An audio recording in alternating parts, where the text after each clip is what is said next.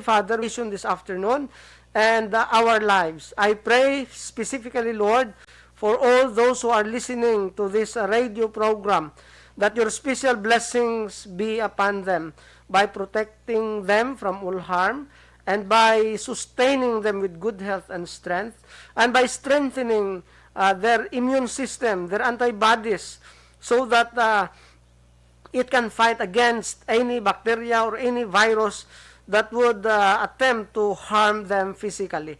I would like also to pray that you will strengthen our faith in you, that in spite of what is happening today, we can still hold on to you, who is our God, mighty to save.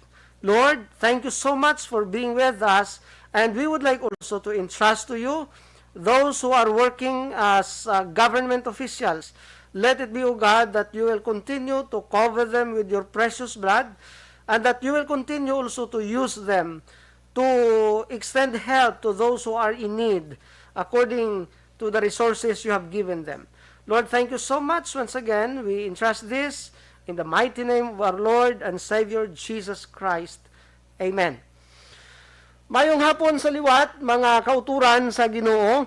Ang aton pagpamalandungan sa sining hapon makita sa Psalm chapter 91 verses 1 to 3. Psalm 91 verses 1 to 3 says, "Whoever dwells in the shelter of the Most High will rest in the shadow of the Almighty. I will say of the Lord, He is my refuge and my fortress, my God, in whom I trust. Surely He will save you from the fowler's snares and from the deadly pestilence."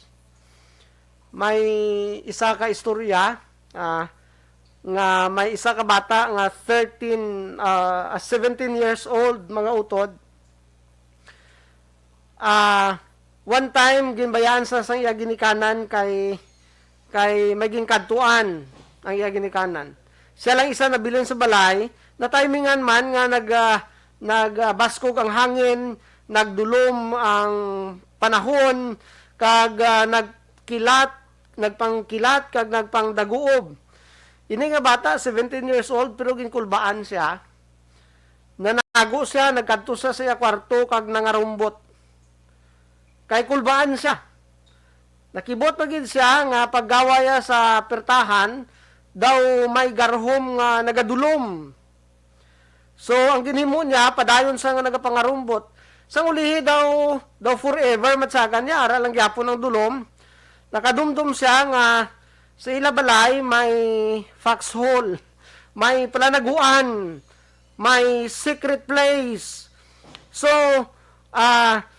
nag-agi sa pihak nga pertahan sang iyang room, kag dito sa naglusot, pakadto sa ilang secret place. Sang dito na siya sa secret place, sa basement sa ilabalay, dito na siya naka-experience siya nga ka-secure sa iya, ka-safe sa iya, nga sila nga hindi na ko malaputan sang posible nga mag-harm sa akon.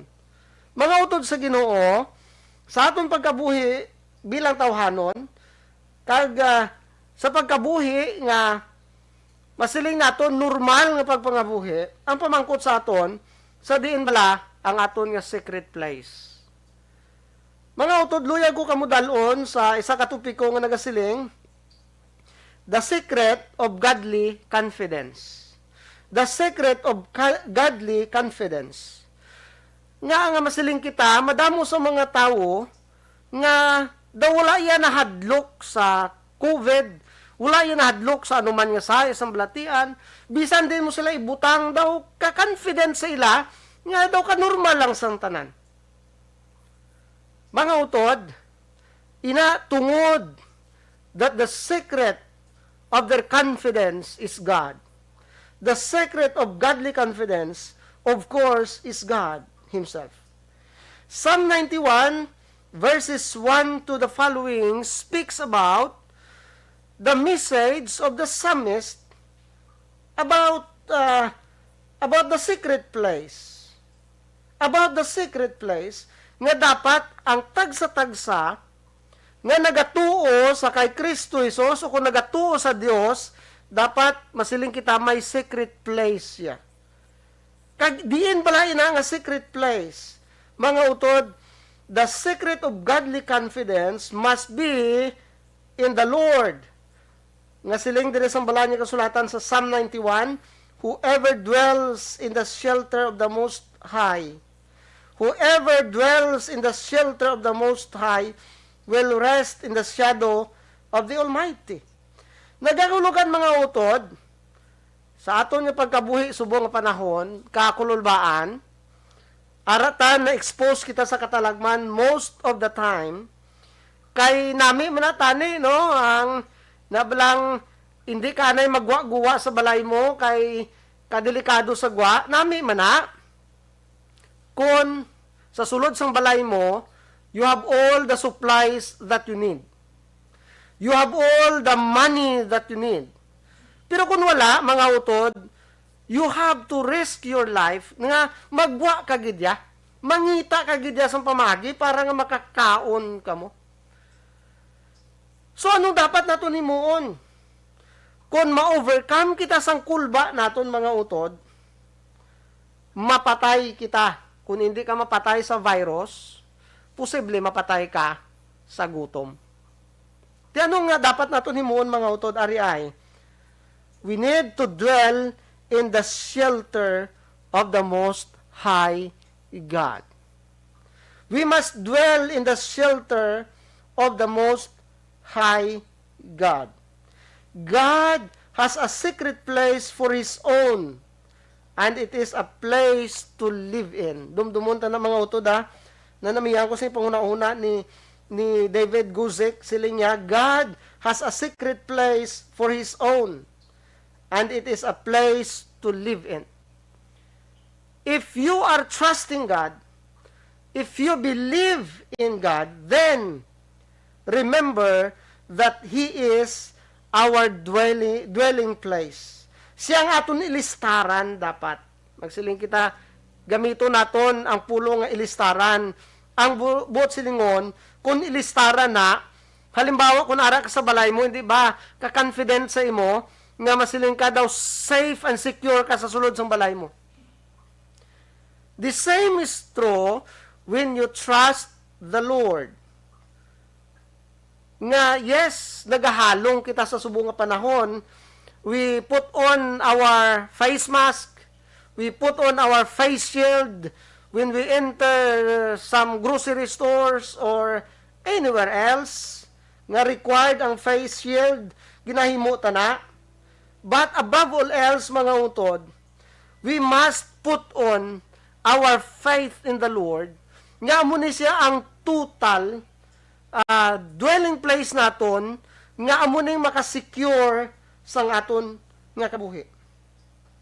Siling sang may mga arguments ini kung sino nagsulat sang Psalm 91, may naghambal nga si Moses, may naghambal man nga si David. Pero ang konklusyon sa mga Bible scholars naghambal nga actually ini nga Psalm was written by the anonymous author nga gin-include lang siya sa Book of Psalm. Ang buot silingon nga ini nga mensahe kung aton lang tawon para siya sa bisan sino nga nagasalig sa Dios. Para siya sa bisan sino nga nagasalig sa Dios, nga ang bisan sino nga nagasalig sa Dios, magamit niya or mahimo siya nga mag-istar sa balay sang Dios or sa shelter sang Dios. Ang buot silingon nga dapat sa atong pagkabuhi bilang Kristohanon, conscious kita all the time of God's abiding presence, of God protection sa aton nga kabuhi, of God's power to help us. Damo ko sa makilala mga utod nga mga senior citizens na pertigid ang halong nila. Bisan ano ka mo kakilala nay, magkita nay ka mo daw halos mag-istorya sa imo, kay gahalong sila. Kag sa mga senior citizen, hindi kamo na akong mabasol, kung na muna inyo balatsyagon. May madamo ako kilala ng mga senior citizen nga wala nagakadto sa simbahan kay nahadlok ilabi na sang bago subong nga variant sang COVID-19. Apang madamo man ko sa mga senior citizen nga ka-istrikta sa ila nga nagkalamatay na tungod sa COVID-19. Anong but silingon nakon mga utod? Ang point diri mga utod nga hindi malain ang pagka-inistrikta, hindi malain ang paghalong. Pero mga utod, kung ang pagsalig ta nasandig lang dira sa aton paghalong, nasandig lang dira sa aton pagka-istrikto, mga utod kulang na. Dapat ang pagsalig ta ibutang ta sa Ginoo. Kay siling nakon sa mga nagligad nakon nga sermon nga gindala sa inyo pagi sa siling radio program nga siling nakon, it is better to trust God than to put confidence on men. It is better to lean not on your own understanding, on your own capacity, on your own ability. It is better not to lean on your understanding because God wants you to lean on Him completely. Anong but silingon? Mas maayo yung mga utod nga ginasaligan naton ang Ginoo. Yes, nami na nga nagahalong kita, pero mas nami gid kung nagasalig kita sa Ginoo nga siya magahalong sa aton nga kabuhi. Kay kung nagasalig kita nga ang Ginoo magahalong sa aton nga kabuhi, then we will be able to rest in the shadow of the Almighty. Nablang ang shadow mga utod kinahanglanon ta na kun nagatagi ti ang init, di ba? Kung nagatagi ti ang init, perti ka init, kapaang kaayo mga utod, we long to be under the shadow of the clouds. Nga kung may shadow ang clouds nga magtabon sa imo, mabatsagan mo nga ka-refreshing sang imo nga lawas. Ka-refreshing sang imo balatsyagon. The same is true when we rest in the shadow of the Almighty God. Nagakalugan kay nagasalig ta sa Ginoo. We have to allow God to cover us with the precious blood of Jesus so that we can rest. We can rest. Siling nakon, na-expose kita sa katalagman day after day. Kag ang katalagman mga utod, may COVID man o kun wala, we are still exposed to danger day by day. Anong but silingon, kung amo sina, nga expose kita sa katalagman, sa tanan nga tinion, then, mga utod, in order for us to rest, in order for us to experience peace of mind, we have to go back to our faith and confidence in the Lord. There are many followers of Jesus Christ who seem to know very little of the secret place of the Most High, or what it is to abide under His shadow. Muna, may damo ang mga Kristiyanon nga sa problema sa ila kabuhi. Daw nagadaang-daang na sila, nagasala na sila kung nanimuon.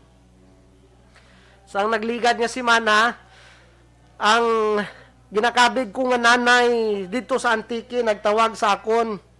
Kay dugay na nga way kami katawganay, nakakamusahanay, nagtawag sa ako, nagligad yung si Mana, nagsiling, Pastor, kapasalamat ko sa Ginoo kay nakaisurahanay kita liwat. Kay siling niya, nagligad nga si Mana, siling niya, inang jutay ako napatay. Siling niya, inang nagtaas ang akon nga acid. Kag siling niya, perte ang akon nga pagpalanuka. Siling niya, abi ko, mapatay na ko, Pastor. Pero ang pangamuyo ko sa Ginoo mo ni ay, Lord, kung kuhaon mo ako, wala problema, kay ara ako sa imo mga kamot. Ang Philippians 1:21, nagasiling, kay sa ako ng pagkabuhi amo si Kristo, apang ang pagkapatay, amo ang pagdaog. So siling niya, wala gid problema, Lord, kung mapatay ako. Pero siling niya, may misyon pa ko nga pwede mahimo kung buhi ako. Nagsiling dayon ng isa ka kilala niya, siling niya, Dahil siling niya, kuhaan ta ka bala suruhano. Kay basi kon nakasandad ka to sang maligno, so siling niya dapat makuhaan ka sang sabid.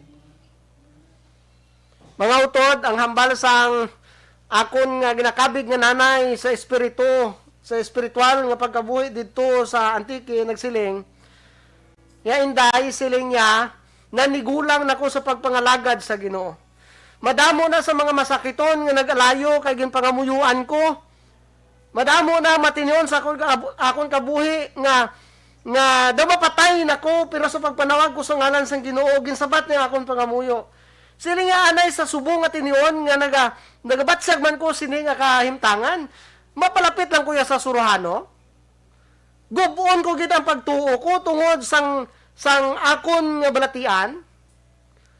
Mga utod, madamo sa mga Kristiyanon sometimes. Nga sa pihak sang ital-ital na kahimtangan, nagakalipat sila sa ilang pagtuo ka magsalig sa Dios. Sa baylo, nagakadto sila sa bisan di na lang, bisan pasuruhano o kundira, ano pa dira, manugbulong, ginakadtuan para lang mag-ayos sila. Pero mga utod, if you make the Lord God your shelter, you will abide under the shadow of the Almighty. You will be resting in the arms of the Almighty. You will be resting in the arms of the Almighty. Amoy ni mga utod sila sa Matthew 11:28 sila ni Jesus Christ, "Come to me, all of you who are weary and burdened, and I will give you rest." I will give you rest. Mga utod, mga Kristiyanon, ang masami ginahimo naton nga rason namo ni ay wala man sa malain kung magpalapit kita sa sini. Magkadto kita sa kay amuni. Pero mga utod, it matters ina. May malain gid ina yang resulta nga nagakapiktuhan ang pagsalig mo sa Dios. Sino nagauyat sa imo kabuhi aw? Ang Ginoo, mga utod. Yes, may mga doktor scientific nga gintagaan sang Ginoo sang kaalam nga makabulig sa aton physically. Yes, pwede kita makakadto sa ila kay nga they are not saying something. Man ang iban nga mga manugbulong nagabudo-budo nga hindi mo maintindihan. They are claiming halin man na sa Dios ang ginahimo nila. Ang pangamuyo nila sa Dios man na. Pero ang pamangkot, sino nga Dios? Sino nga Dios? So mga utod, if you want to rest under the shadow of the Almighty, then you have to come to the shelter, and that is God. Ikadatlong nga bagay nga atong talupang doon dire is that we need to claim and trust the protection of the eternal God. Psalm 91 verse 2, kag 3 sila nga, I will say of the Lord, He is my refuge and my fortress, my God in whom I trust. Surely He will save you from the fowler's snare and from the deadly pestilence. Wonderful. Kung ikaw nagasalig sa Ginoo, you can say confidently, He is my refuge and my fortress. Siya ang akong palanaguan, siya ang akong pamakod, ang Diyos nga akong ginatuuhan. Yes. Then sila sa malang kasulatan, surely He will save you from the fowler's snare and from the deadly pestilence.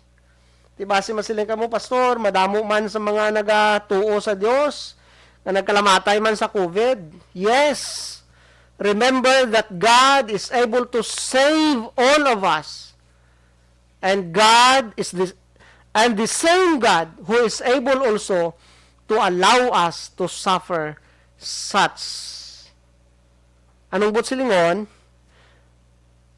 Ang importante nga nagasalig kita sa Dios sa anuman nga kahimtangan sa aton nga kabuhi. Think about what happened to the Lord Jesus Christ.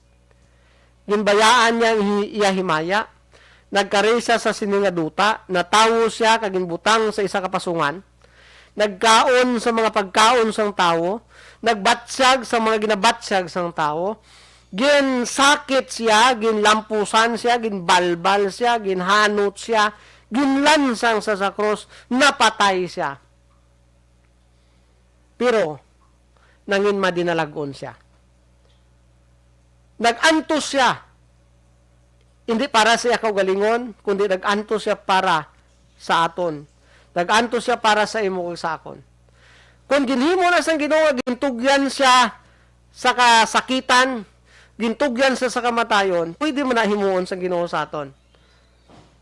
Apang si Jesus, wala naglain ang iya relationship sa iya amay, sa iya kahimtangan. Ang but silingon, mabuhi man kita sa sinakalibutan o kung mapatay man ta, anuman ang mga pamaagi, nga matpatay kita, ang importante mga utod, that we are in the hands of the Almighty.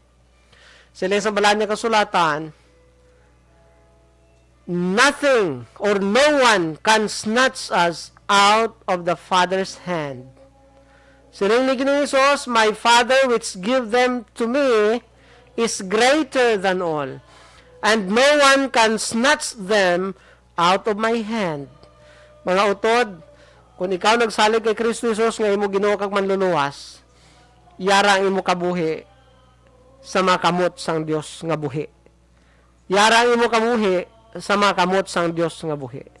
So mga utod, samtang nagpadayon ta sa pagkabuhi sa sining panahon, hindi ta palihog pagkalipatan ang pagsalig sa Dios, ang pagtugyan sa Dios ang aton nga kaugalingon, sa aton panimalay, sa aton mga handom sa kabuhi.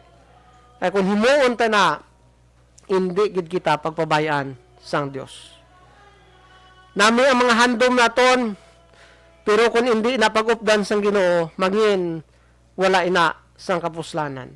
So, utod sa Ginoo, ginaimbita ko ikaw sa siningatinon, sa pagduko sa imo mga ulo, sa pagpamalandong personal, kag magtugyan sa Ginoo sang imo kabuhi, kag sa imo panimalay, magapangamuyo kita.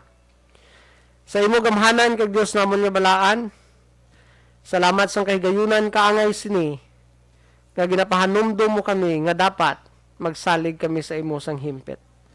Dapat himuon namon ikaw nga pananaguan. Agud to makapahuway kami. Kag magapadayon kami nga magaklaim sang imo nga total protection adlaw-adlaw.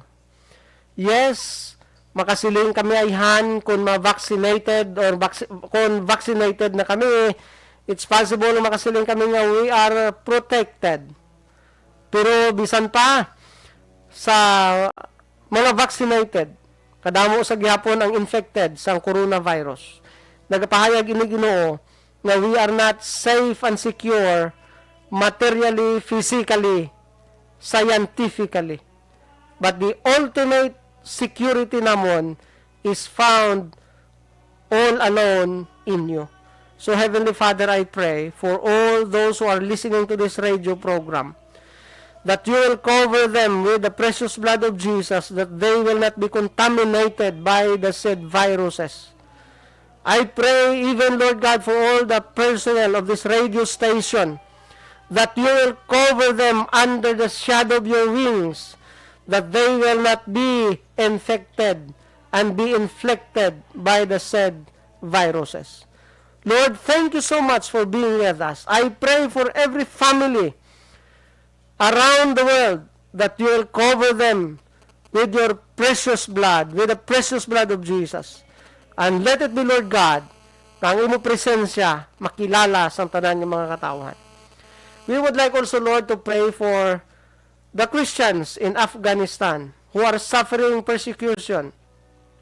I pray, Lord God, that you will protect them also, and that you will use their testimony to win more souls, to know you more personally. Lord, thank you so much for everything you have done. We include also in our prayer si Mrs. Melchorita Valdez, who are now suffering some sickness, Lord. We pray nga kung ano man ang kabubuton mo, kabaya mo ng matuman. We pray for your special healing and power nga mga-workout sa iyang kabuhi.